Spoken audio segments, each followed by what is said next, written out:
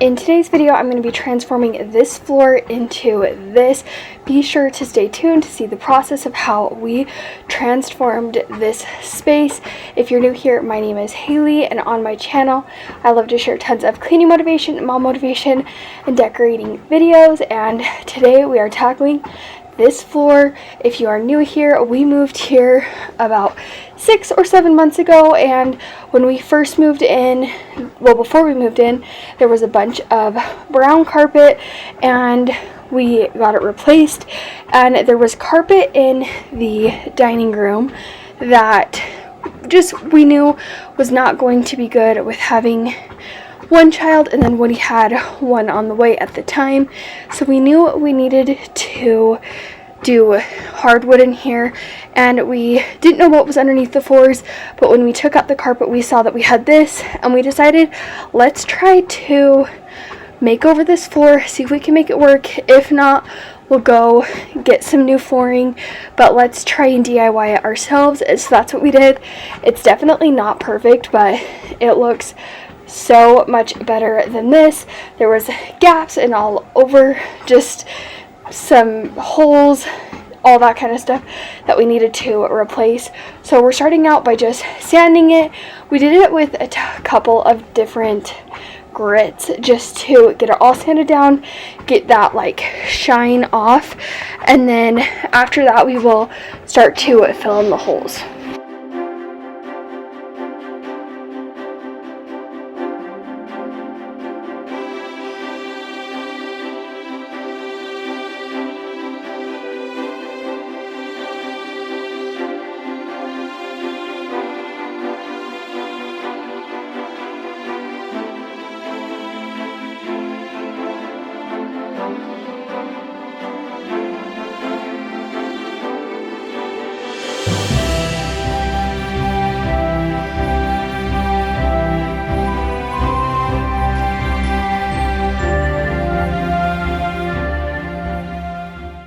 After doing this, we probably could have gone away with not sanding it first and gone straight to the wood filler, but this is what we used to kind of fill those holes and just make it more of a seamless wood floor, and it worked really great. It probably wasn't like the best thing that you could have done, but it really did fill in the holes. We did leave like a few of them just to kind of give some dimension in the floor.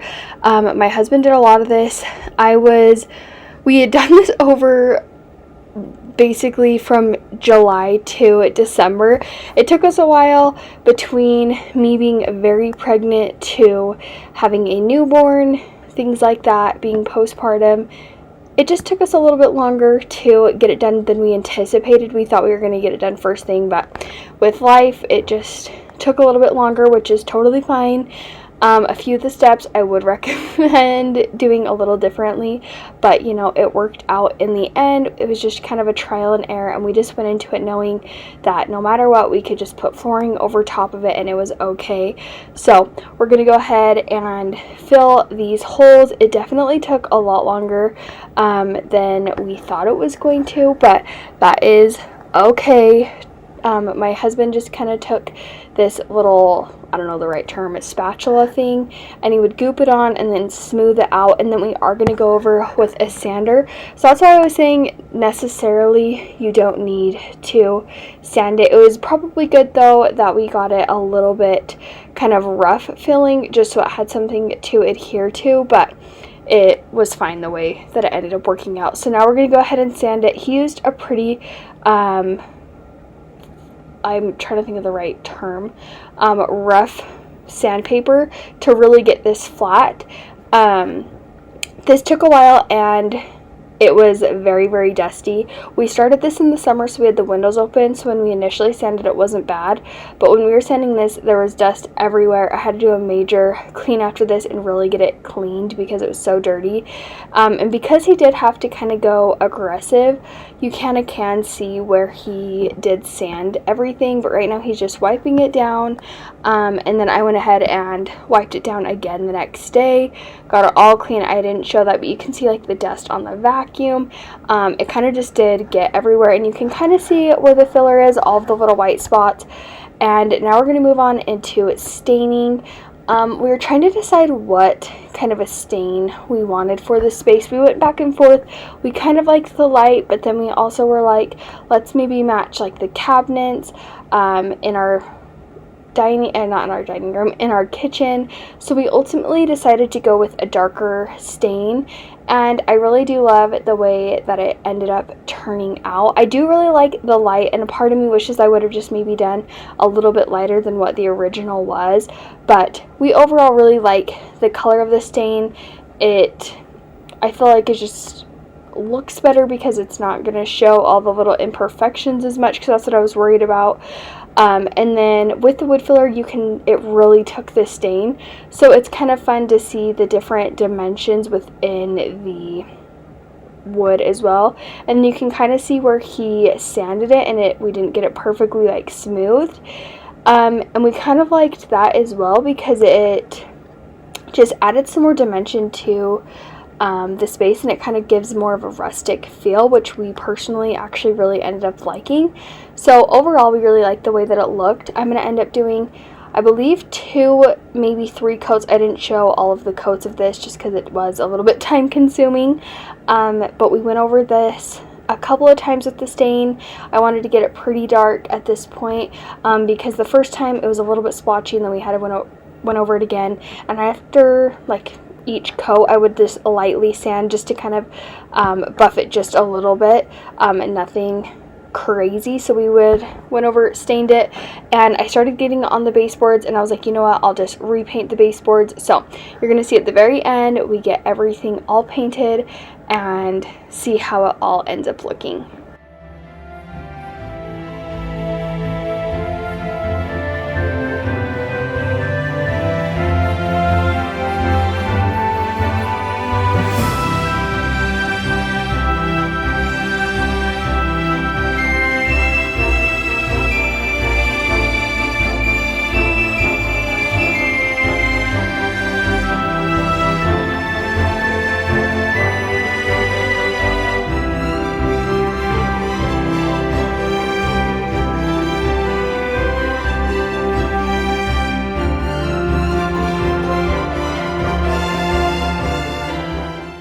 So this is how the floor is looking like after a couple different coats of this stain. Now it was time to add the sealant on there, and I'll have to look exactly. If you want to know what exactly we used, I will just let me know in the comments, and I'll let you know the exact colors and protectant that we used. I can't remember, just looking, and I didn't show it in the video, but I'm just using a brush to kind of brush it on. And you know what, I think, now that I think about it, we didn't sand in between coats of staining, but we did the different sanding during the different coats of protectant. So that's when I would lightly stain it, just so it kept having something to adhere to. Sorry about that. So I did 3 coats because I knew that this would kind of be a high traffic area. We were walking on it a lot, and then we were also going to be mopping, lots of things like that. So I decided to do 3 coats. So I would do a coat, let it sit for a while, like what it recommended, lightly sand it to kind of give it something to adhere to, and then I would put another coat, and I did 3 of those, and that seemed to be really good by the 3rd coat, and it ended up working out really good, and it kind of gave it a nice little shimmer. I will say this gets very slick sometimes when you have socks on, but it ended up working out really good, and we really like the way that this ended up looking. So I'm going to go ahead and put on the coats of this protectant, and then we're going to move on into getting some other stuff done that we worked on.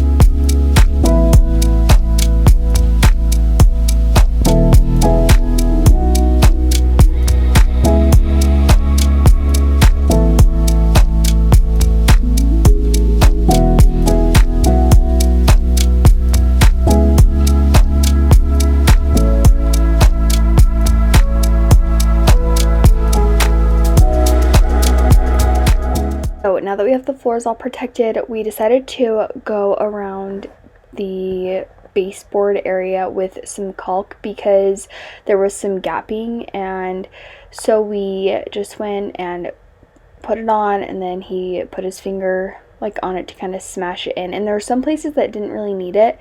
This was more to fill to some of the gaps. It's not perfect by any means, and you'll see at the end we are thinking about doing like a bigger piece of it to kind of have it all combined together, but for now we just kind of did it a little bit just to fill some of the holes. I didn't really show a lot of like where the holes like were, but there are some pretty big gaps that we didn't really want, and so we did that, and I knew with some painting it would help, it would cover a lot of it. So now we're going to move on into the painting portion. I'm going ahead and removing these chairs, and I needed to get the floors taped. I was going to put paper down, but I decided just to tape it.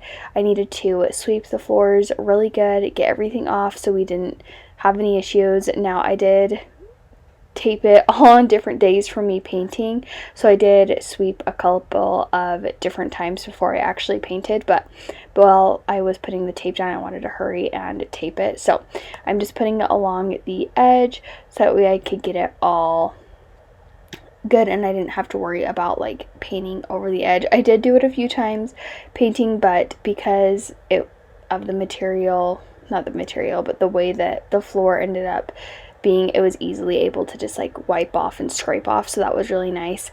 Definitely was still trying to be careful, but it is nice that it was able to come off, and it is nice that it's like this for our dining room because with little kids we get food splatters everywhere, so it's easily able to just wipe off, which is super nice. So I'm going to go ahead and finish taping down this area, and then I'm gonna go ahead and start painting. And we painted the house before we moved in. Well, I guess not all of it, but we painted the dining room, the living room, me and Trajan's bedroom, our hallway, and then Waverly's room. We still need to paint the kitchen, the like stairs area, and then the downstairs. Those are going to be future projects coming soon. Hopefully we'll get to the bathroom and the kitchen soon. I also really would like to paint the downstairs before we make that room into a playroom, but I'm not sure if it's going to happen. But we are using the paint Alabaster, and we really love the way that it looks. We decided to paint the baseboards, the walls, the ceiling, all of it the same color, and then later down the road if we want to paint anything like accent colors or anything like that we could, but the walls were in kind of rough shape when I never even really showed befores of what this looked like with the carpet and everything. The process of moving was quite lengthy and there was just a lot going on and it was really busy, so the walls were in pretty bad shape, so they definitely needed repainted, and then the floors needed redone. So after doing these two things, it really did change the way the house looked, and now we just need to figure out the kitchen a little bit better and just figuring out little things, decorating. I'm so excited to now be able to decorate this dining room. I feel like I've just been kind of in a standstill because I knew I needed to get the floor done, and I didn't want to bring our dining room table in until we got the floor done. So now that the floor's done, we can go ahead and get our table sanded down in the garage and then bring it in, paint it.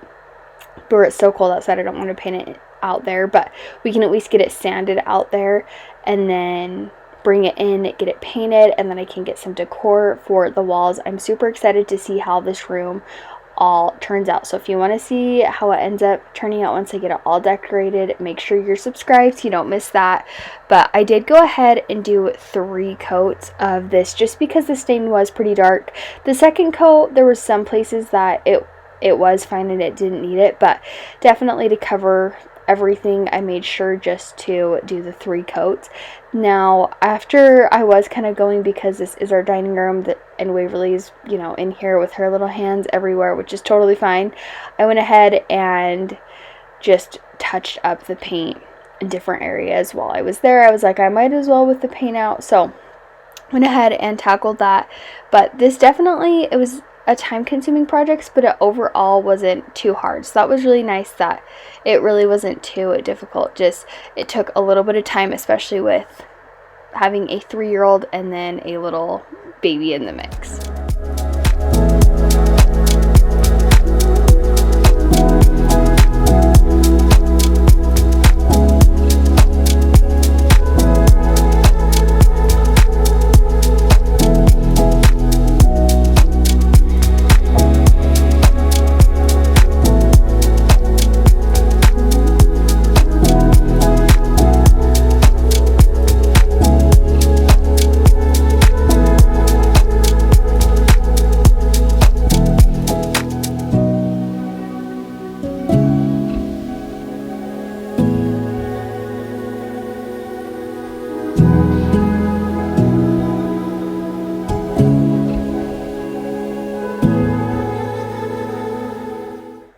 As I was taking off some of the tape, some of the residue of it got stuck on the floor. So after the baseboards dried this way, I just kind of peeled it off and it came off perfectly fine. So that wasn't too bad trying to get the rest of that off, but it turned out really good. Like I said, we might add that caulk, like a bigger piece of it, just to kind of make it more seamless from the floor to the trim. We'll see if we end up doing that. That'll be a later time thing.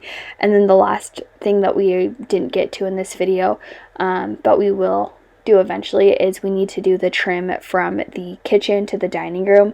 We have a little bit of a gap and there's a piece of wood from when they've made the doorway bigger. You can kind of see it right here in this clip. So that's something that we will do now. We just haven't got to it yet. But overall, I really love the way that this floor ended up turning out. Is it perfect? No, but it definitely is a whole lot better than what it was. You'll have to let me know what you think down below. Definitely, I think it turned out really good. But thank you guys all so much for being here and watching today's video. If you enjoyed it, please give it a thumbs up. And I will see you guys all in my very next one. Bye, you guys.